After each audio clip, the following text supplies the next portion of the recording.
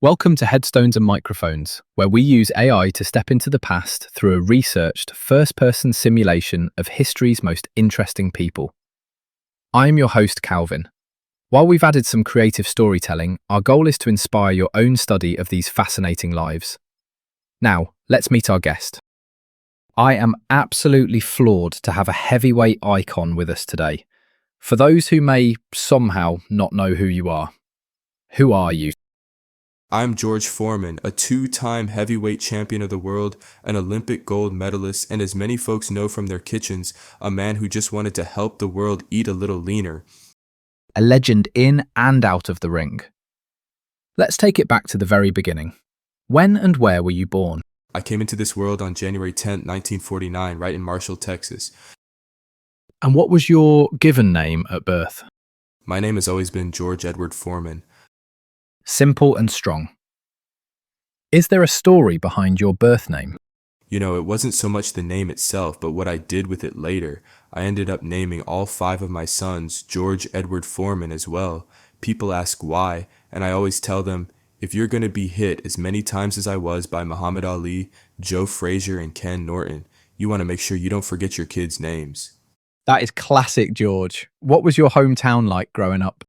I grew up mostly in the 5th Ward of Houston, Texas. They called it the Bloody Fifth. It was a rough, tough neighborhood. If you weren't careful, you could get into a lot of trouble just by standing on the wrong corner. Sounds like a challenging environment. What was your family life like? We were poor, what you might call po, because we couldn't afford the other 2 letters. I was one of 7 children raised by my mother, Nancy. She worked so hard as a cook and a beautician to keep us fed. My biological father wasn't around, and for a long time I carried a lot of anger about that. That kind of hardship leaves a mark. What kind of kid were you? I was a troubled kid, Calvin. I was a bully. I dropped out of school in the 9th grade. I was always looking for a fight because I had so much frustration inside me. I was the kind of kid people crossed the street to avoid. What were your biggest fears growing up? My biggest fear was just being nobody. I was afraid of being hungry and afraid that the world would never know I existed. That fear made me put up a very hard, very mean shell. What did you dream of becoming as a child? To be honest, I didn't have big dreams back then. When you're struggling just to find your next meal, you don't dream of championships. I just wanted to survive. What were some of your favorite activities in school? I can't say I enjoyed the books much, but I loved football. I thought maybe I could use my size there, but my temper usually got in the way of the team spirit. So, what was your first job? My first real break into the working world was joining the Job Corps. I went off to Oregon to learn electronics and carpentry. That saved my life. It was the first time I had 3 square meals a day and a bed of my own. Was there a moment where you realized you were different from everyone else? It was in the Job Corps. A supervisor named Doc Broadus saw me getting into trouble and told me, George, instead of fighting for nothing, why don't you get in the ring? He saw a strength in me that I was using for all the wrong reasons. What's a decision that changed everything for you, but felt small at the time? Just signing up for that boxing program. I didn't think I'd be a champ. I just wanted to stop getting in trouble. That one yes to Doc Broadus changed the entire course of my life. What was your biggest break? The 1968 Olympics in Mexico City. I had only been boxing for a very short time, and suddenly I'm winning the gold medal, walking around that ring with a small American flag. That was the moment the world met George Foreman. What were your biggest struggles before success? Poverty and anger. I didn't know how to express myself except with my fists. I had to learn that being a man wasn't about how hard you could hit, but how you could carry yourself. Did you ever consider quitting? After I lost to Muhammad Ali in the Rumble in the Jungle in 1974, I was devastated. My whole identity was being the unbeatable monster. When that was gone, I felt lost, but I didn't quit boxing then. I just lost my way for a while.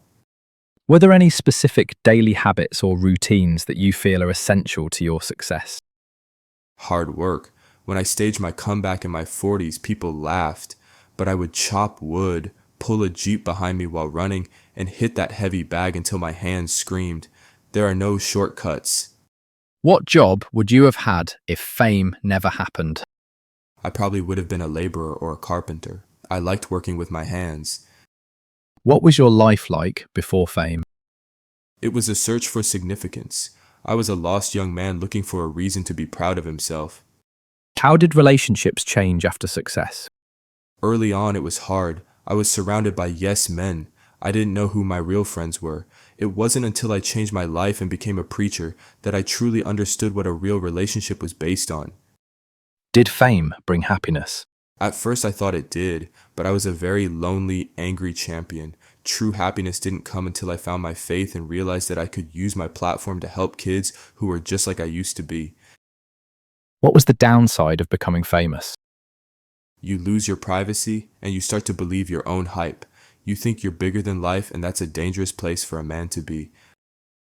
What misconceptions did people have about you? In the 70s, people thought I was a mean, silent, scary man. I played into that. I didn't want people to see the vulnerable kid inside. Later, people were shocked when I came back as a smiling, joking guy. They thought it was an act, but the smile was the real me. What was your darkest moment? In 1977, after losing a fight to Jimmy Young in Puerto Rico, I went back to the dressing room and had a near-death experience. I felt like I was in a dark, empty place with no hope. I cried out to God and I felt a hand reach in and pull me out. I walked out of that room a different man. What past regrets did you carry that you spoke about? I regretted being a bully. I spent much of my later life trying to apologize to the world for the mean spirit I carried as a young man. Tell me about a time when everything went wrong and how did you handle it? That Jimmy Young fight was it. Everything I thought I knew about myself failed. I handled it by retiring from boxing for 10 years to become an ordained minister and work with the youth in my community. Did fame and fortune change your life? The second time around, yes. The money from the lean, mean, fat-reducing grilling machine allowed me to keep my youth center open without ever asking for a dime in donations. That fortune served a purpose. Who had the biggest influence on your life? My mother, Nancy, she never gave up on me. And of course, Doc Broadus, who saw the champion in the street kid. What was life like in your final years? It was full of family, preaching, and watching my children grow. I enjoyed being the grill man just as much as being the champ. What were you working on in your career before you passed away? I was always looking for ways to inspire people, whether it was through my ministry, my books, or just telling my story to show that you're never too old for a second act.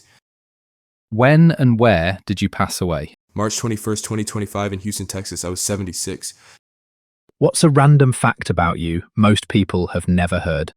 I once fought 5 men in one night. It was an exhibition in 1975. I wanted to show everyone I was still the toughest man alive. It was quite a spectacle. What's the craziest rumor ever told about you? That I was paid to lose to Ali. Let me tell you, nobody could pay me enough to take those hits if I could have avoided them. He just outsmarted me that night. What was your most unique habit? I love to talk to my plants. I think if you give them a little encouragement, they grow better. What was your favorite food?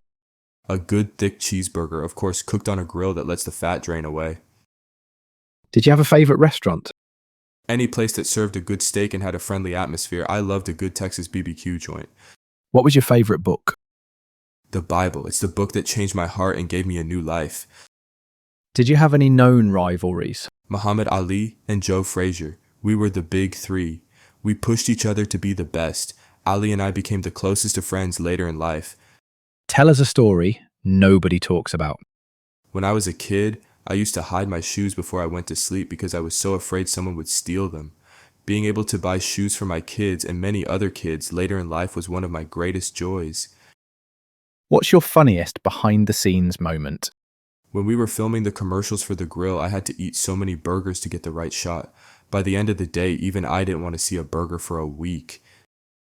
Did you ever prank someone? I used to love to pretend I was still the mean George to rookie boxers, just to see their eyes get big, and then I'd burst out laughing and give them a hug. What was the most outlandish purchase you made? I bought a lot of exotic cars in my youth. I had a collection that was probably a bit too much for one man, but I loved the craftsmanship of a fine engine. What advice would you give people chasing success?